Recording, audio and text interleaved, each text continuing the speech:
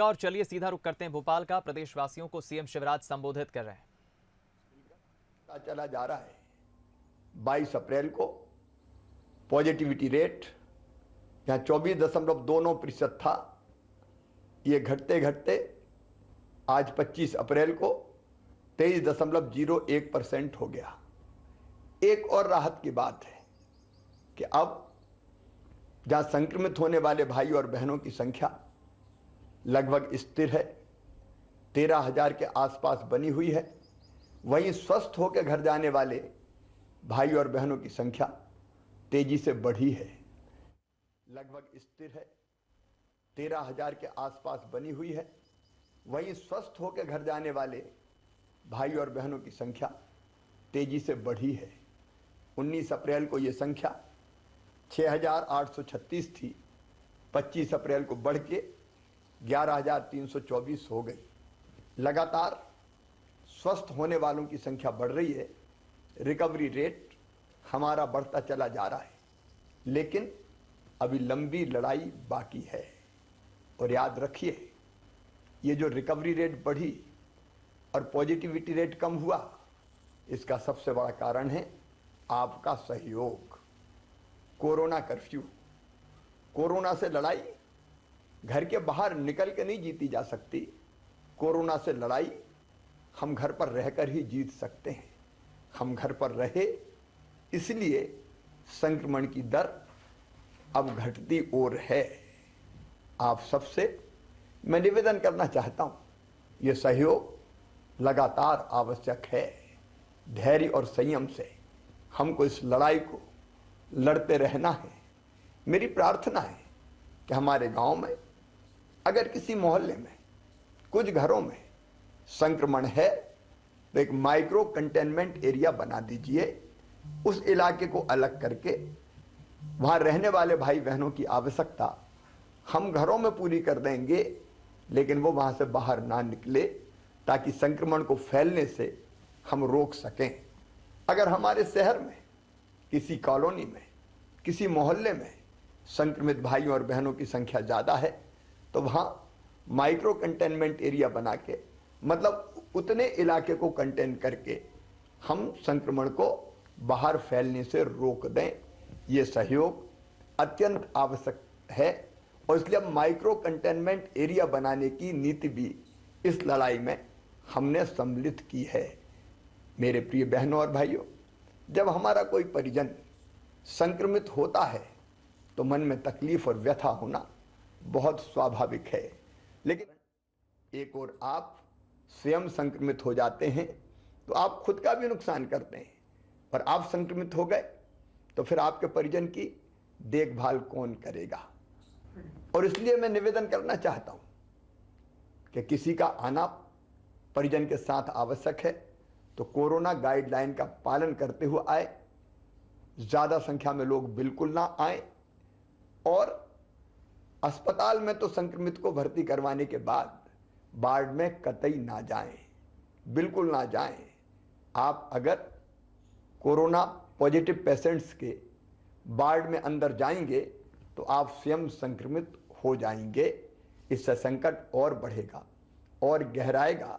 इस समय हमको संक्रमण बढ़ाने में योगदान नहीं करना, संक्रमण रोकने में योगदान करना है। हर संभव प्रयास हम कर रहे हैं व्यवस्थाएं बनाने का। कई बार जब बड़ी संख्या में संक्रमित भाई बहन आते हैं तो व्यवस्थाएं छोटी पड़ने लगती है, तकलीफें स्वाभाविक है, मेरा मन भी बहुत व्यथित होता है, लेकिन इसके बावजूद हम पूरी ताकत से व्यवस्था बनाने में लगे हुए हैं। ऑक्सीजन की आपूर्ति लगातार बनी रहे, बढ़ती रहे, इसका हर संभव प्रयास जारी है। माननीय प्रधानमंत्री जी का, भारत सरकार का इसमें पूरा सहयोग मिल रहा है। अब तो वायुसेना के विमानों से खाली टैंकरों को गंतव्य तक भेजा जा रहा है, जामनगर हो या दूसरे स्थान हो, ताकि वहां पहुंच जाए, जल्दी समय बचे और वहां से भर के फिर बाय रोड आ जाए। रेमडेसिविर इंजेक्शन उपलब्ध कराने के हर संभव प्रयास जारी है। ऑक्सीजन रेल से भी आए, इसकी व्यवस्था भी हमने की है। हम कोशिशों में कोई कमी नहीं छोड़ेंगे, लेकिन इसके बाद भी अगर असुविधा होती है तो मैं क्षमा चाहता हूं, कोई कसर व्यवस्था बनाने में नहीं छोड़ेंगे। हम सब मिलकर लड़ेंगे और इस लड़ाई को जीतेंगे। एक तरफ जहां हम सब मिलकर महामारी से लड़ रहे हैं, वहीं दूसरी तरफ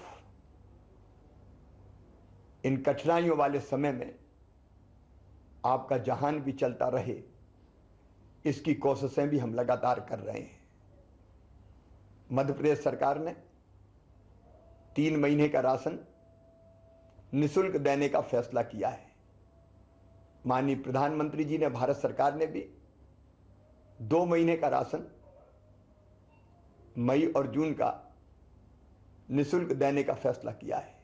निःशुल्क राशन के साथ साथ हमारे जो स्ट्रीट वेंडर है, चाहे वो शहरी हो, फुटपाथ पर सामान बेचने वाले, छोटा मोटा कारोबार करने वाले या ग्रामीण क्षेत्र के हो, उनके खाते में भी 1000 रुपया डालने का हमने फैसला किया है।